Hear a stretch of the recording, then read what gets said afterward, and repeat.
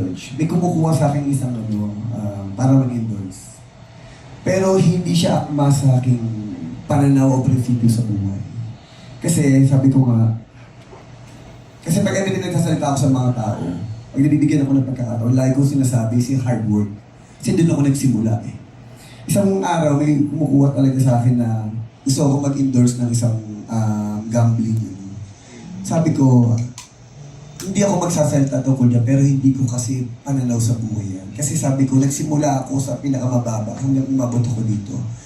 Hindi ko inaano ang buhay ko sa swerte o sa sugal na baka jumakpat o ano.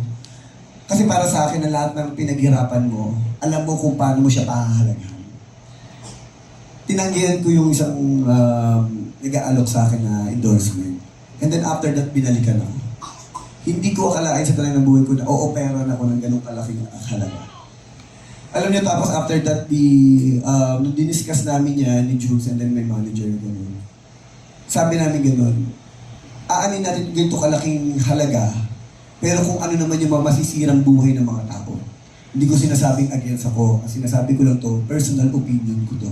Kasi sabi ko nga, marami kasi ako nakita na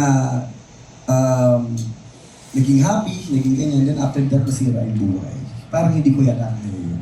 Kasi sabi ko, kung ano man meron na lang tayo, kung ano man meron na ako, okay na yun. Kaysa maghahangad pa ako ng sobra-sobra, and then after that, alam ko naman marami akong masisirang mga tao. Yes. Kaya ako kinukwento to kasi sabi ko nga, hindi porkit may nagbigay sa akin ng trabaho, naghanap sa akin ng trabaho, ginaganap ko agad. Kasi sabi ko, mahaba na rin yung pinaghirapan ko eh. Kailangan mas maprotektahan ko yung pangalan ko. Yung dignidad na pinangahawakan natin ngayon. Kasi sabi ko, yun yung pinagkakatiwalaan sa akin ng mga tao eh. At yun ang ngayon na, yun ang ayokong masisira. Kaya kahit sa mga boss ko, sabi ko nga, yung salita ko, yung laway ko, pwede mong isang na.